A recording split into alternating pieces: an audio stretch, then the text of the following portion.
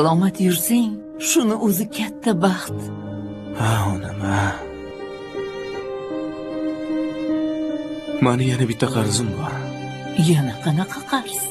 Bu qarzni hali ko'pchilik uzolgani yo'q. Bilasizmi? Menga o'xshagan farzandlar mana shu ikki og'iz gapni aytishga uyalishadi. O'zi ikki og'iz gap. Nimaga? Sizni yaxshi ko'raman degan gap. Men seni yaxshi ko'raman.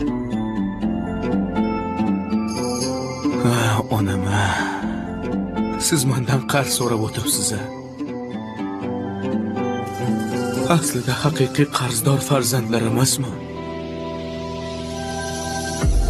O'tinib so'rayman.